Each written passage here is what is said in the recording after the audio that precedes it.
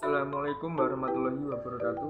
Perkenalkan, nama saya Muhammad Febri Indrawan dengan nomor induk mahasiswa 21105540012 dari program studi ilmu komunikasi semester 3. Hari ini saya akan menjelaskan sedikit tentang teori-teori dasar komunikasi interpersonal.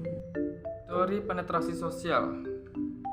Teori penetrasi sosial adalah teori komunikasi yang terkait dengan proses pembentukan relasi atau hubungan ketika individu beranjak dari komunikasi yang superficial ke komunikasi yang lebih intim. Arti intim, komunikasi yang bersifat intim tidak hanya mengacu ke intim secara fisik, namun juga secara emosional dan intelektual. Proses penetrasi sosial membutuhkan interaksi atau perilaku verbal, non-verbal, dan perilaku yang berorientasi pada lingkungan sekitar atau konteks tertentu. Analogi dalam social penetration theory. Terdapat analogi yang digunakan untuk menggambarkan proses semakin erat dan dekatnya suatu hubungan, yaitu analogi bawang. Analogi tersebut menjelaskan bahwa lapisan-lapisan bawang tersebut diumpamakan sebagai representasi dari personality atau kepribadian seorang individu. Dengan layer atau lapisan terluar merupakan citra publik dari individu tersebut.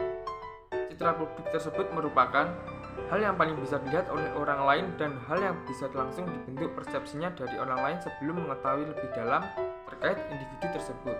Contoh dalam realitas kehidupan.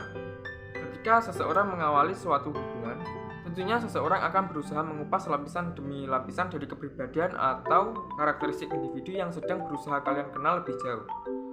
Untuk bisa mengupas dan membuka lapisan tersebut, perlu adanya komunikasi dan upaya tertentu yang efektif, sehingga dapat membuat individu tersebut lebih membuka dan merasa nyaman untuk membagikan hal terkait dirinya ke kalian. Konsep resiprositas. Secara sederhana, resiprositas adalah pertukaran timbal balik antara individu atau antar kelompok. Resiprositas dan SPT.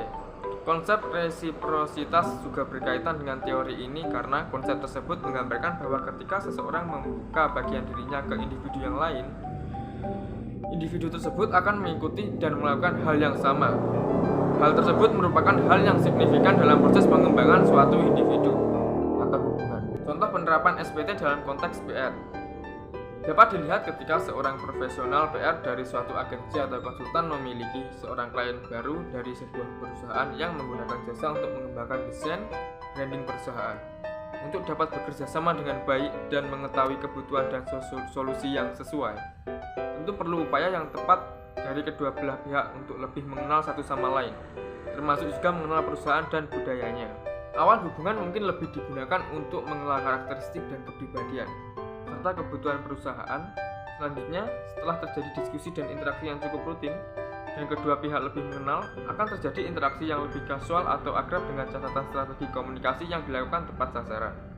Dan harapannya, seiring berkembangnya hubungan profesional tersebut, target yang diharapkan akan tercapai. Sekian presentasi dari saya. Bila ada salah kata, saya mohon maaf. Wassalamualaikum warahmatullahi wabarakatuh.